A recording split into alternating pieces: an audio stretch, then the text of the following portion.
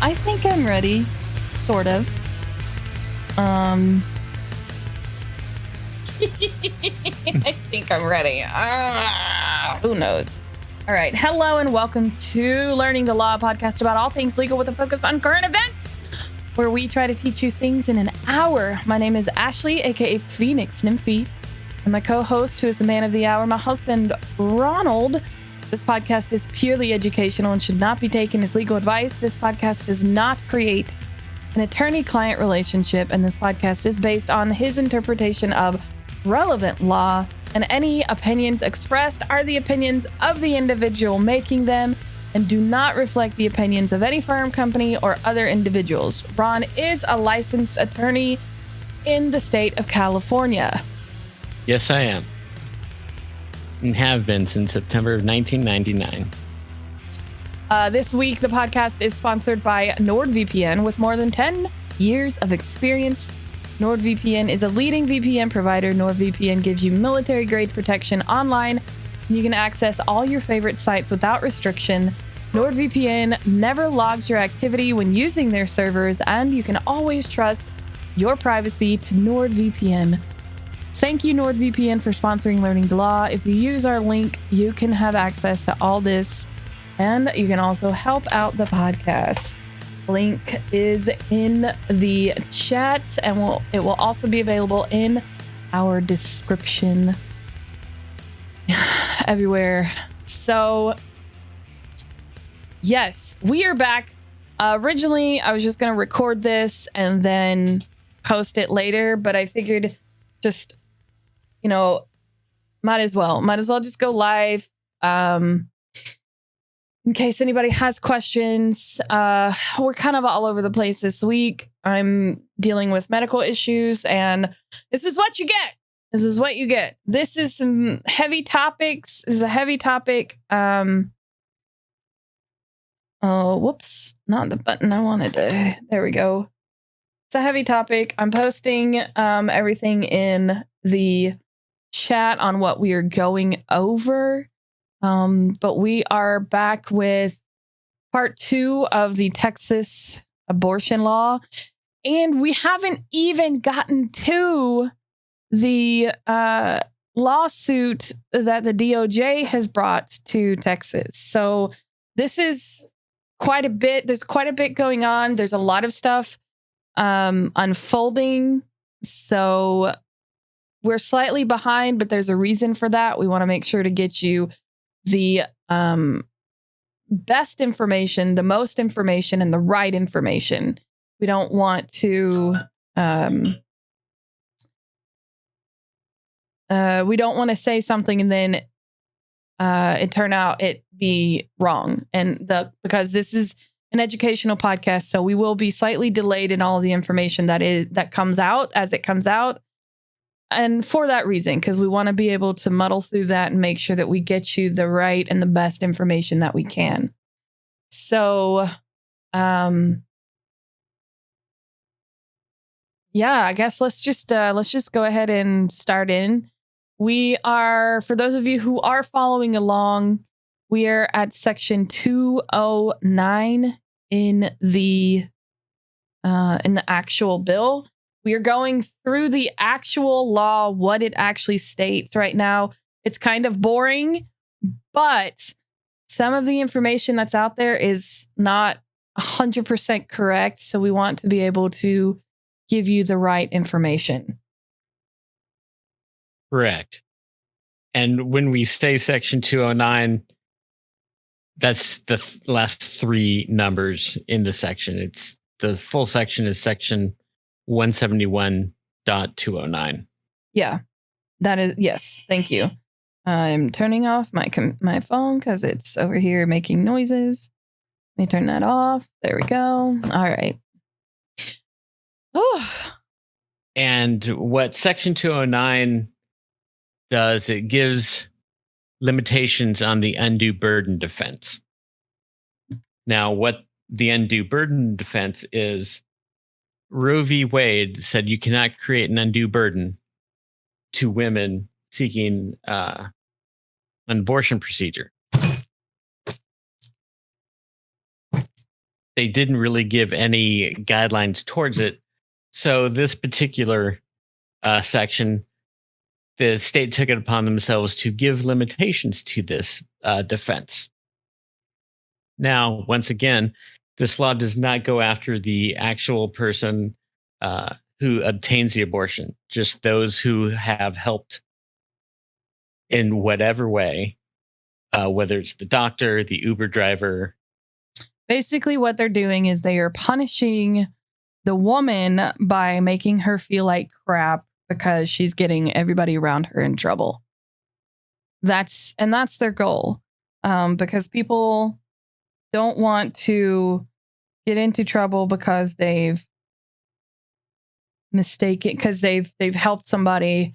They didn't know they were helping somebody get an abortion, or stopping the abortions at the source with the doctors. But it is literally, this is to punish women for having an abortion.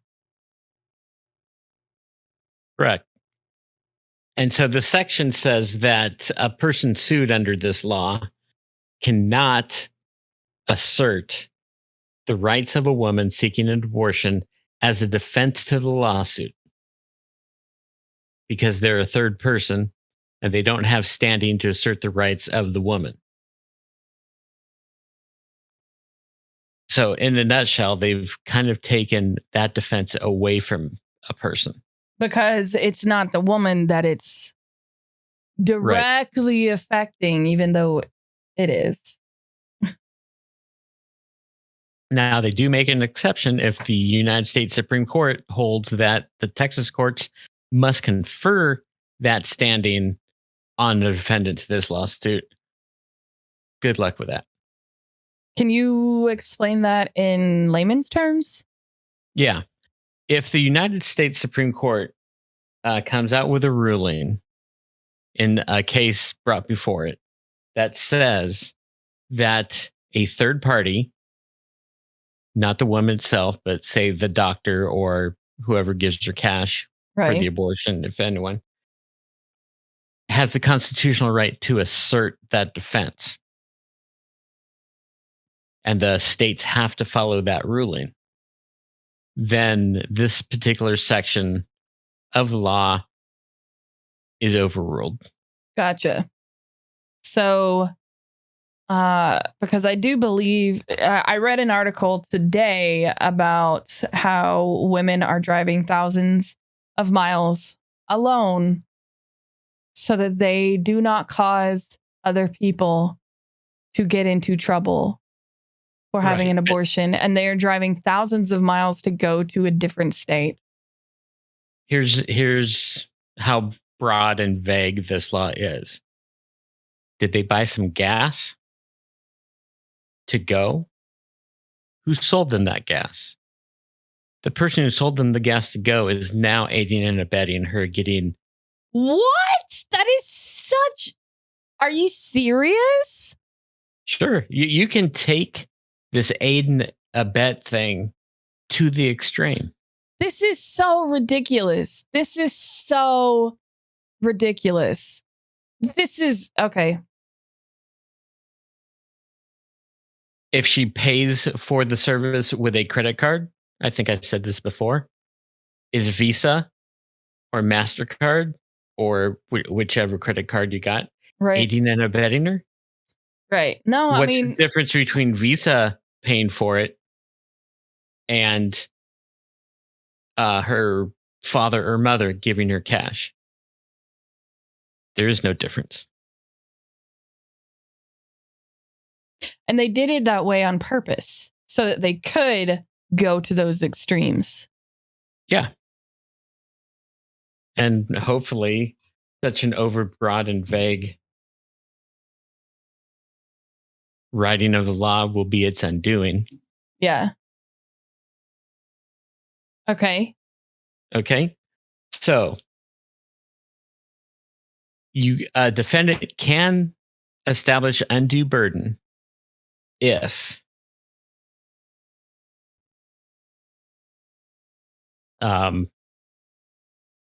it says Nothing in this section shall in any way limit or preclude a defendant from asserting the defendant's personal constitutional rights as a defense to liability.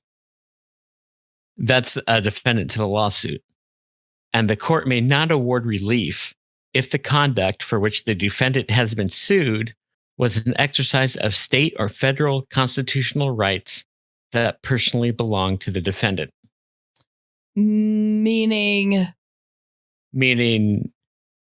religious liberty. Okay, so if I were someone with the we'll say satanic temple, because we know that a lot of the GOP people, that technically Christianity supports abortion, but the Christians don't see it that way. So we'll go with satanic temple because they deliberately have it in their bylaws that says that they have every right to have an abortion. Correct. So if say I was part of the satanic temple and I was driving someone to an abortion, that is my God-given right to be able to support them. Gotcha. Correct. If you can make a freedom of speech argument, that would also be a defense. Yeah. Okay. But yeah, basically, I foresee a rise in membership of certain religions. Yep. And I think we said this in the last episode that the Satanic Temple, the several Jewish, I don't know what to call, not synagogues, but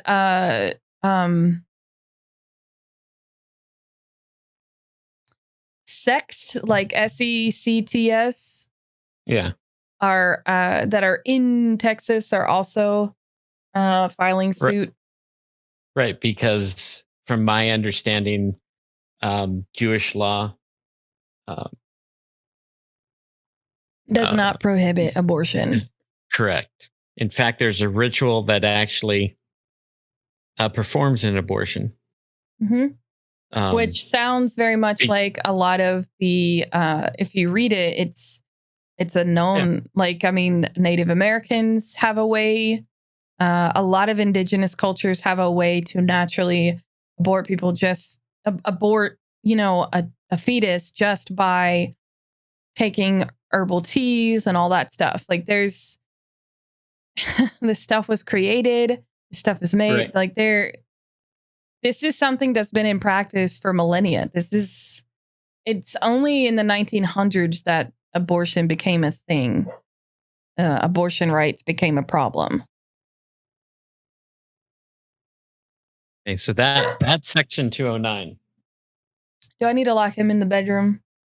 Probably, because he's been fed. They've been outside. There's water, and we're even an hour late, and he's still barking at us. Yeah, he didn't bark the previous hour. Nope. He didn't have a problem with us sitting at the computer the previous hour. I'll be right back. Okay. Section 210.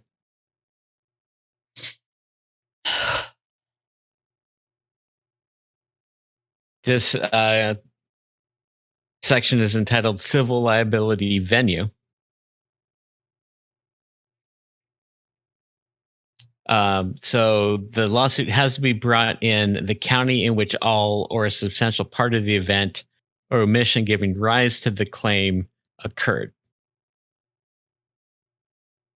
So, for example, if you're in Texas and somebody gives you money for the abortion, they have to sue in the county where they gave you the money.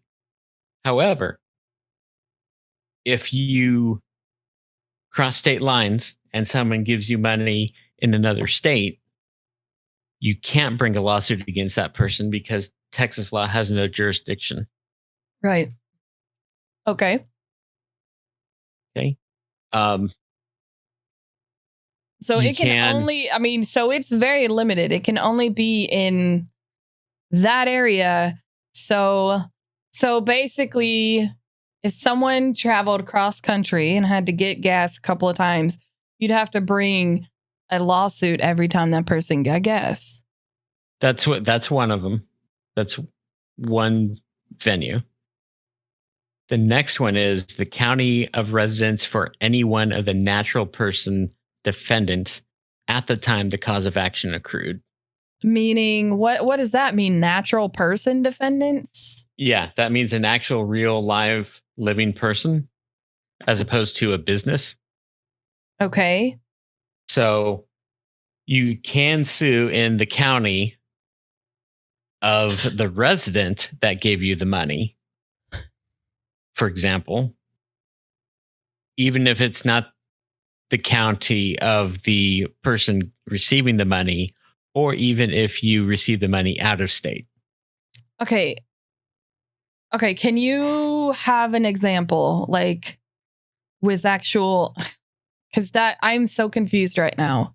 Yeah. So we already took care of the first one. Section 2 gets around giving the out of state. So if you're in Houston County and your benefactor lives in Smith County, and I don't know if those are real counties, I'm just making them up. And he gave you money, or she gave you money, or they gave you money in Louisiana, the person would have to sue in Smith County because that's the county of residence of the person that but gave you cash. What if you are the person that gave you the cash lives out of the state completely? If they live out of the state, tough luck. Okay. They can't sue. This so is far. Only for, okay. All right. Because that's what I was thinking. Like, so you have, say we live in Texas and I am going to get an abortion and my parents give me money. They live in Georgia. Yeah. Correct. They can't be sued. They're safe. No, they cannot be sued. And I travel, say, from El Paso all the way to Oklahoma. That's a long drive. I'm going to be stopping to get gas, food, all kinds of stuff on the way up there. I mean, so that's, we'll average that at two stops for gas and, 3 stops for food. It's probably more than that, but we'll just, round it out. So it's 5 places. So each of those places, because we're going to assume they're in different counties, each of those places would get sued. And then you can sue people. Potentially sued. Okay, so each of those places can potentially get sued. And then people that work there get sued? Potentially. Yeah, just like an Uber versus an Uber driver. Wow. They'd be suing both. That's even if the Uber driver doesn't even know that he's taking you. I mean, they just know an address and drop you off. So I read in the article, it was also stating about one woman, because she didn't have the money to have someone watch her kids that she already had. She took them with her. Are those kids liable to get sued?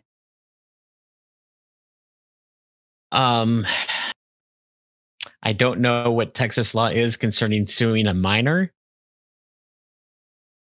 Because they don't have a choice. They're going with their mother. Generally, you would have to sue the guardian ad litem, which in this case then you would be suing the mother for having an abortion. Which is specifically against the statute. But she drug her kids with her. Yeah, and they're minors. See how messed up that is? Like, you're suing the mother to get to the kids, but in reality, you're just suing the mother. I do think even in Texas, they would throw that one out. I don't know, man. Do you see what we're reading right now? Yeah. I don't know, man. The kids, like, they don't want to support. Anyway, we're going through this. I'm going to try and rein in the opinion stuff a bit.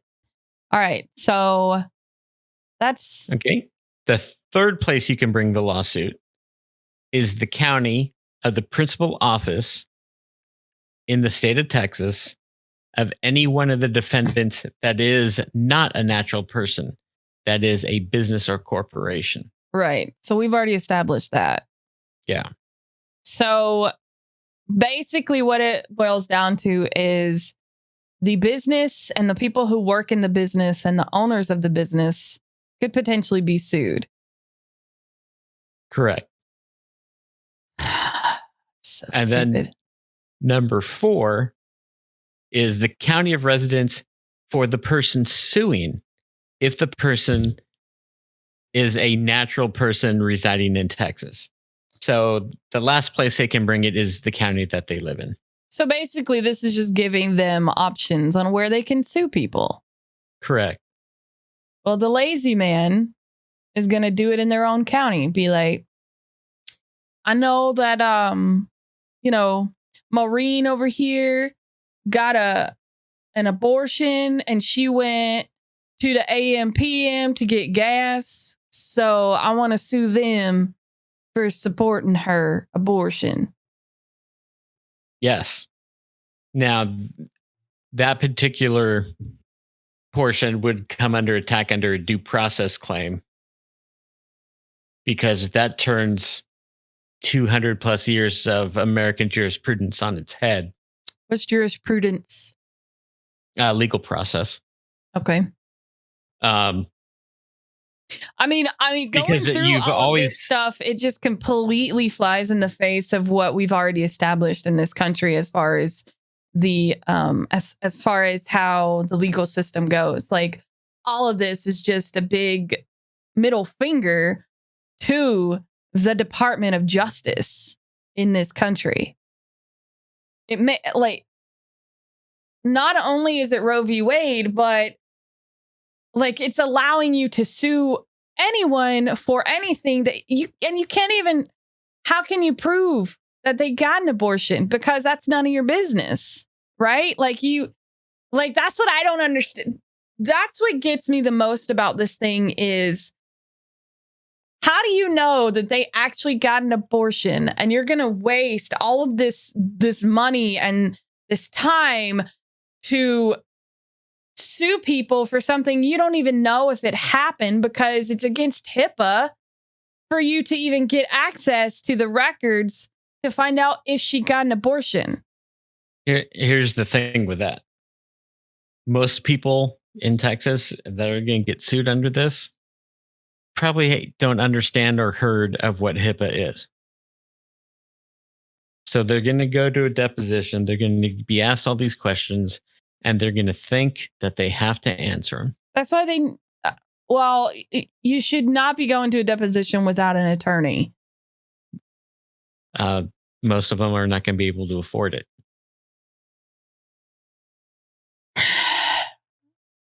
Well, They will have to invoke my Fifth Amendment. Yeah, you can do that too. Like, you don't. So if you are from Texas and you are listening, you do not have to answer these questions. You are not under any obligation to answer questions about your health care. I have to expand on that for a minute. The Fifth Amendment usually is used in criminal actions. Right. Where you can't not testified against yourself. You usually cannot bring it in a civil action. However, at the start of this law, they said that it's they're banning it and it's illegal. It's against the law. But it's criminal. They're leaving the enforcement up to a private citizen. You can still invoke your Fifth Amendment rights. Oh, another way. Okay. Again, why they're trying to get around the criminal thing. Jesus, man. But yes, the main takeaway of this is you don't have to tell people that you got an abortion. You Correct. have those rights to keep that private. So if they do drag you in there, you don't have to say a freaking word because they don't have that right. And furthermore, do not tell anybody if you're pregnant.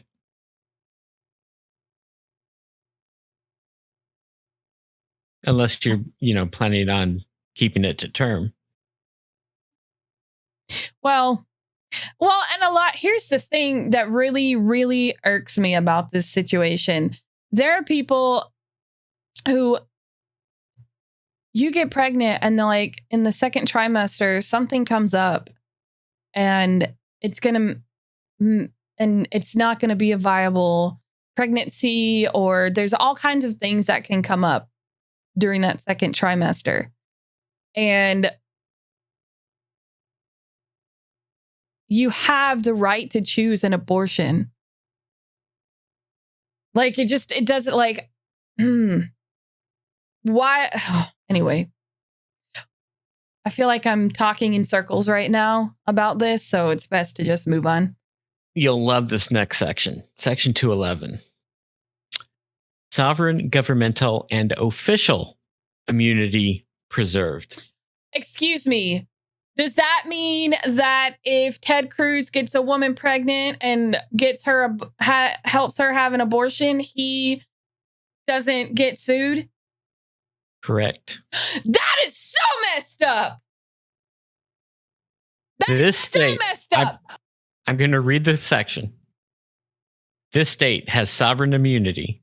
A political subdivision has governmental immunity, and each officer and employee of this state or political subdivision has official immunity in any action, claim, or counterclaim, or any type of legal or equivalent action that challenges the validity of any provision or application of this chapter.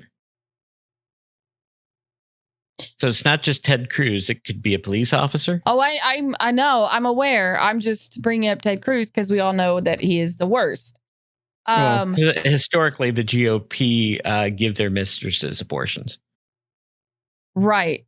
So this section right here is just, I mean, like each section is proof, but this section right here is proof that they are covering for themselves and they are exempt from everything. This is literally covering the tracks for GOP and Republicans. That's it. Nobody else can have this, but Republicans can. That's what that section says. Nobody else can have this because historically, poor people are not Republican. They're Democrat because they're the ones who need the help. Yeah. Plus, a rich person's always going to be able to get an abortion, even if they were outlawed 20, 30 decades ago. Yeah. They've always been able to get one. So and a safe one at that. That is so messed up. That's so messed up. There's not much to say about that other than that is a direct attack against any person who does not support the GOP.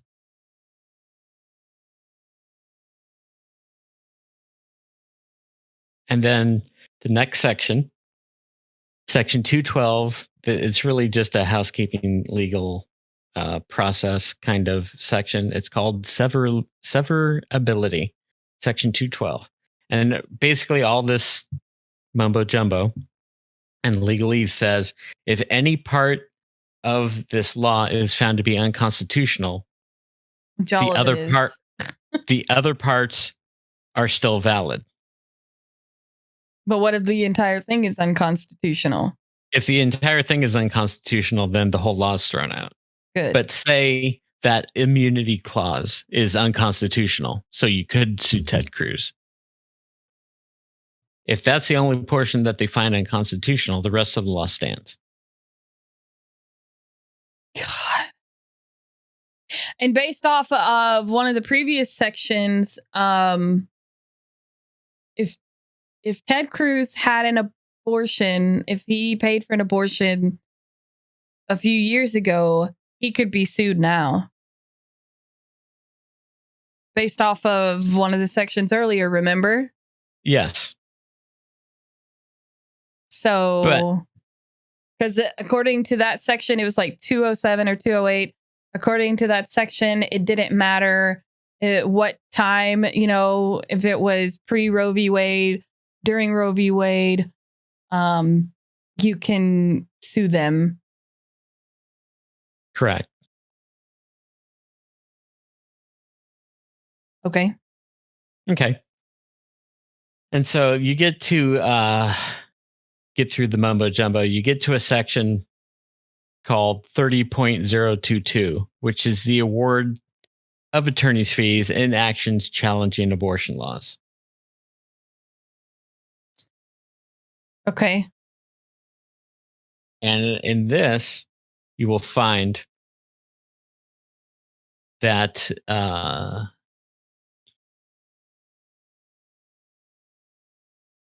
that the prevailing party challenging an abortion law does not get their attorney's fees.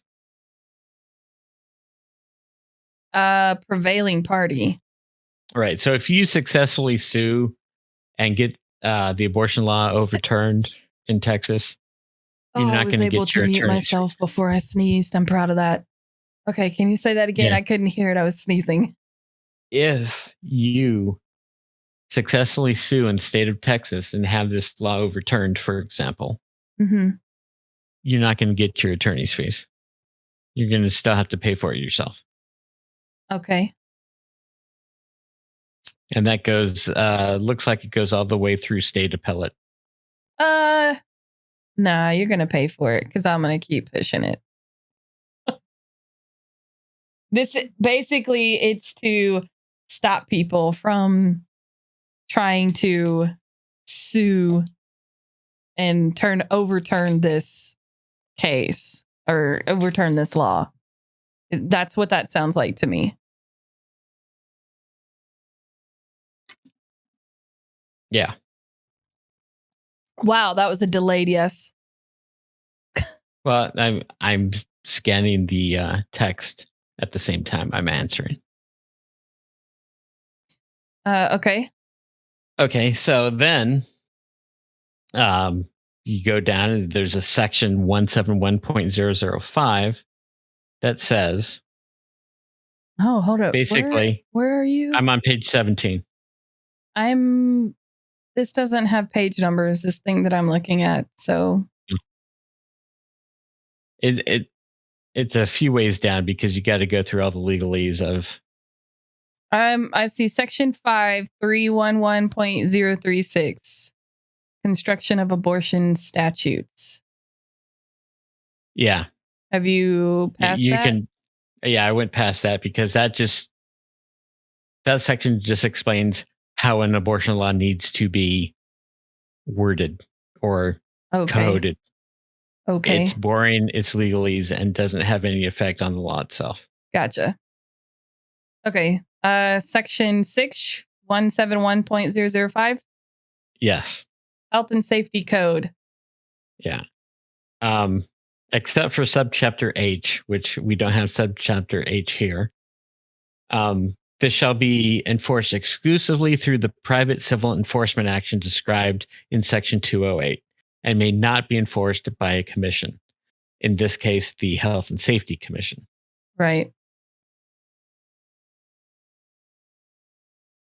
I mean, that's so like we all understand that. Right. And then here we have another section 171.008, the required documentation if an abortion is performed, what the physician must do. And it says a physician shall place the document described, which was the medical record, or I'm sorry, not the medical record, but the record of the abortion in the pregnant woman's medical record. Basically, it's a doctor's note for work. Yeah. They have to write a certification on why this abortion is necessary. Right. And he has to keep it in his own records. Yeah. Okay. All right. Disclosing any of that would violate HIPAA. Right. So they just have to put it in the notes, but nobody can actually see it. So correct. You'll never know whether or not a doctor does that or not. Right. And if a physician does perform or induce an abortion, he has to execute a written document that there was a medical condition that the abortion is asserted to address, prove the medical rationale for his conclusion. And all of this is just stuff that goes into the medical records. None of this is stuff that people can access. Will actually see. Correct. So doctors can say they're complying with that and they don't have to. That's the thing. They can't prove whether or not a doctor is complying with these things. Right. And the other thing is, even if they kept the note, do they have to keep a competent note? I mean, he could just say, I think this is necessary. Yeah. So, okay. I mean, this law doesn't question the medical discretion of the doctor. Right.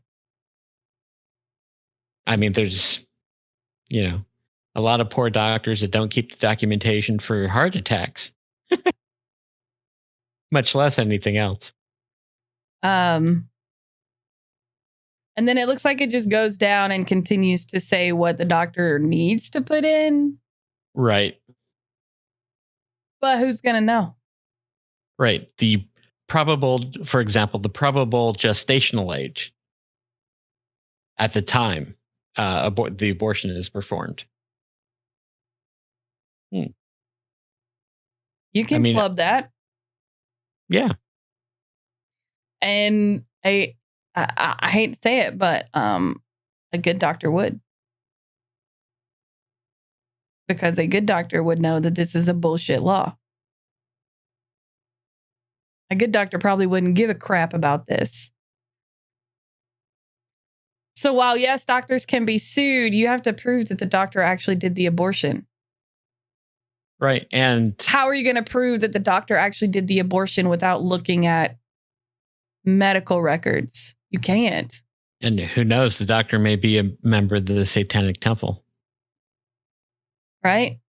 Or a Jewish doctor. And he has the religious liberty to perform it. Yeah. There's a lot of way. The thing about this law is it's going to flood the Justice Department with bullshit legal things. So everything else is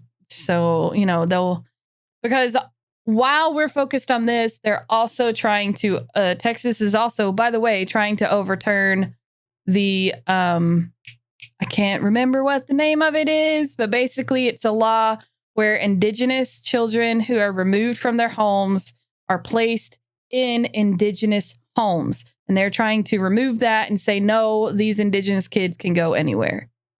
And there's a reason why you want there's a reason why Native Americans, indigenous people want their kids to be in their same, they want the kids to grow up indigenous so they can learn their culture and their heritage. They should be placed with their people. And that is a law that the Texas has asked SCOTUS to overturn. Correct. So while they're doing this, they're also doing that. They are deliberately attacking children, marginalized children and marginalized families with these laws and with these decisions.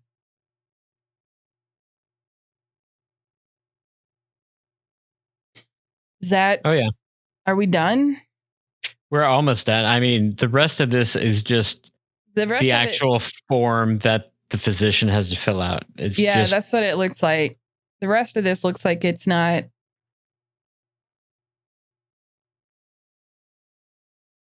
yeah. So we are basically done with the Texas heartbeat law. So, what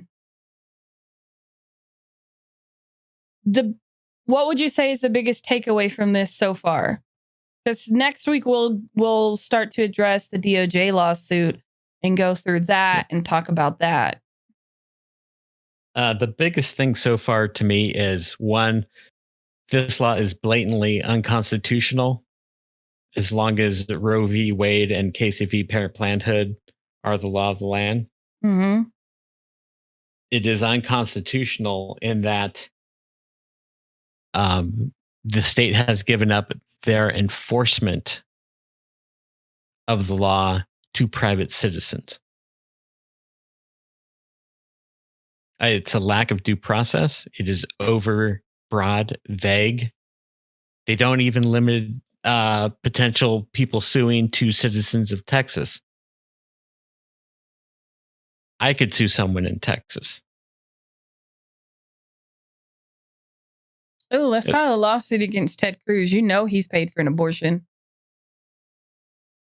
Oh yeah, he'll assert the governmental immunity. I mean, I hate to say it, but I mean, now I will say one of the things that I find funny is that TikTokers are flooding the tip lines. Oh yeah, the first thing I would do would be to sue every person that voted for this law. I would sue them. Yeah. It's just like, not only would I sue them, I would sue their family. Yeah, because they supported you. Ted Cruz may have governmental immunity. I will guarantee you the rest of his family does not. Oh, sue his wife. Yeah. Hey, you're still with the man who potentially paid for an abortion. Yeah, because guess what? He probably gave you money out of a joint checking account. Money came out of your account. I can sue you. Wow. I hate, like, it is, on the one hand, it is like a brilliant piece of legislature because you can see exactly what they're doing. But on the other hand, it is the most evil piece of legislature that I've ever seen because they are circumventing how you actually enforce a law by putting it in the hands of the citizens. So that's basically, you are putting people in a situation of another, of like, you know, all those people that took zip ties and stuff like that to January 6th, to the insurrection, and the group of people who tried to arrest the teacher or the principal because she was enforcing mask mandates and she quarantined that kid. Like, you're putting the law in the hands of those people. You're putting the law in the hands of those people. That's who you're putting the law in the hands of. It's scary. And the thing is, they think they have. Here's how I see it. You have Redneck Bill, right, who is full on QAnon, full on Christian rights, full on all that stuff. You know, abortion's wrong, blah, blah, blah. Black people are the worst, blah, blah, blah. You know, you got those people, right? You got Redneck Bill, who's going to look at someone and say, well, she's probably had an abortion because she's a Democrat, so I'm going to sue the people around her, right?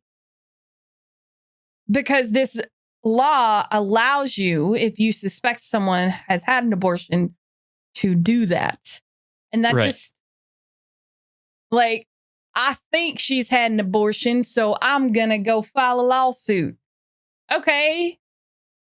But do you know if she's had an abortion? Like, you don't even know. That's what blows my mind about this. You don't even know, and you don't have the right to know. That's what I really don't understand about this particular situation. Like, you literally do not have the right to know whether or not I've had an abortion. You don't. You can ask. I don't have to answer that question. For those of you who are wondering, no, I haven't. Would I? It depends on the situation. And I think that's how you should look at life. Do I believe in abortion? I believe in choice. I don't want to have an abortion if I ever got pregnant, but if I had to, I would. Because it depends. It depends. You don't know anybody's situation. You don't know what anybody's going through. You don't know what that physical toll is on that person. You don't know what that mental toll is on that person. You don't know what their life is. You don't know anything about them. But you're going to force them to bring a child into this world that they're going to resent because they were raped or they condom broke or just a mistake or any number of things. Any number of things. There was one case that I read where a minor drove to another state to have an abortion because she was raped by a family member. A family member. And do you know that Governor Abbott's excuse on not having concessions for rape and incest is that they're going to end rape? That's not how this works. That's not how this works. Is the most asinine answer I've heard come out of his mouth. Should you end rape? Yes, you should. But you're not going to end it like this. There's something else about Texas. They are backlogged almost 20 years on rape kits. They just passed a law in 2019 that is supposed to hasten the process of processing them. They don't care about women. Texas does not care about women, and they especially don't care about you if you are a woman of color. If you don't process a rape kit, I guess that's one way of ridding the state of rapists because they won't be found guilty. And the only way to excuse the abortion, if I remember correctly, is you have to prove that you were raped.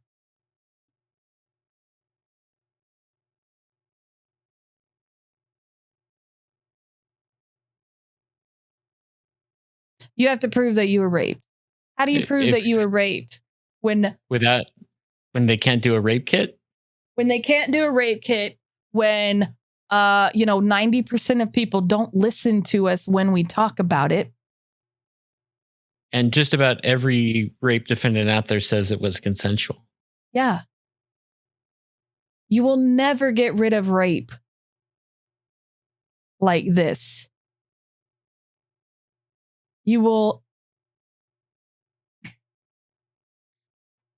If I was in Congress, I would like to introduce some legislation that says if you are civilly sued for asserting your constitutionally given rights or helping another person get help their constitution rights, you are due damages from the person who sued you equal to 3 times the amount that they are suing you for. That would definitely stop people from suing so many people. And my final thought on this before we end and move on to the DOJ's lawsuit.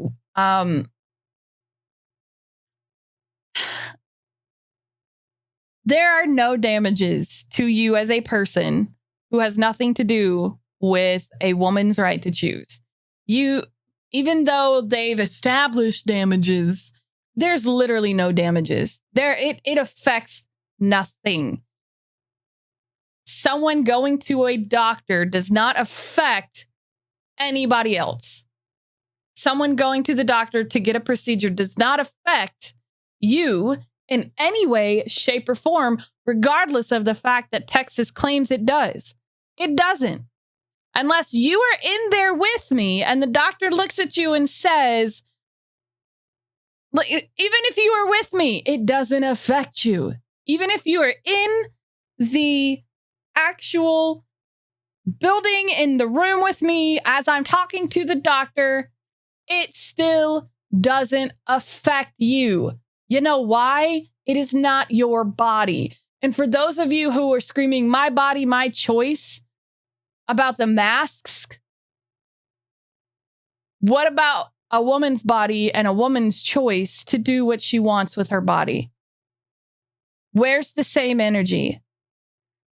Because let me tell you, pregnancy is not contagious.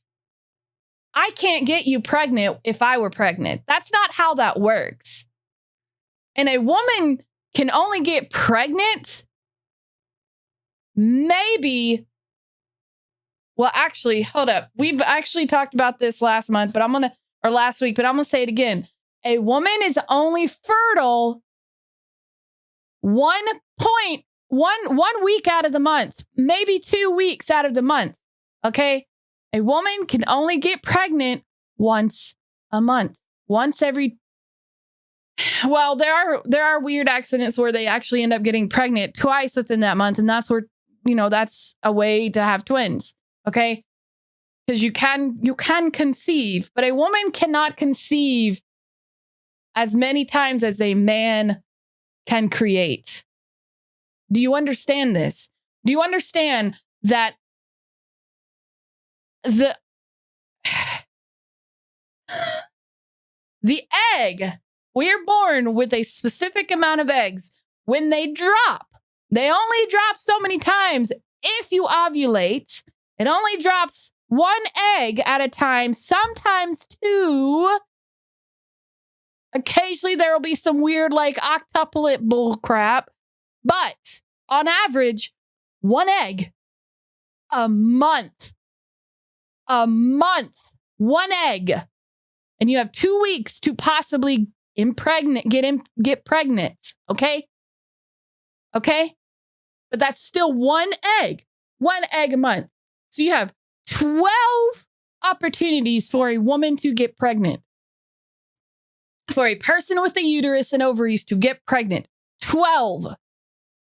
A man has 365 opportunities to impregnate a woman, if not more. So if a man were to go and have sex every single day of the year, with one woman, they could potentially impregnate every single one of those women. But every single one of those women can only get pregnant once a month and have a child every 9 months. So we can have a child once a year. That is it. That's it. So why are we not questioning where the men sit in this potential situation? Where are the men who are responsible? Because it takes 2 to tango. It's not just the woman, it's also the man.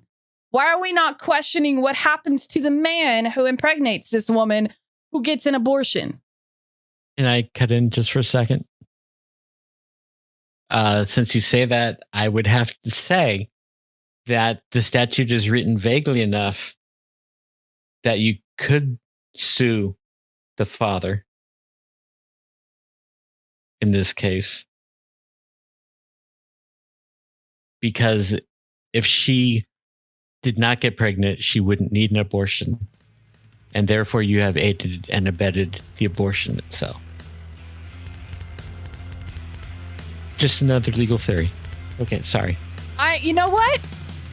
I think that's a great way to end it. Go sue every man that's gotten a woman pregnant who has had an abortion. This law will get changed.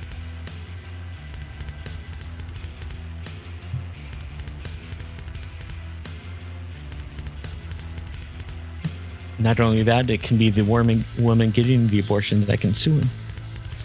Yep. That's how we're going to fight this, ladies.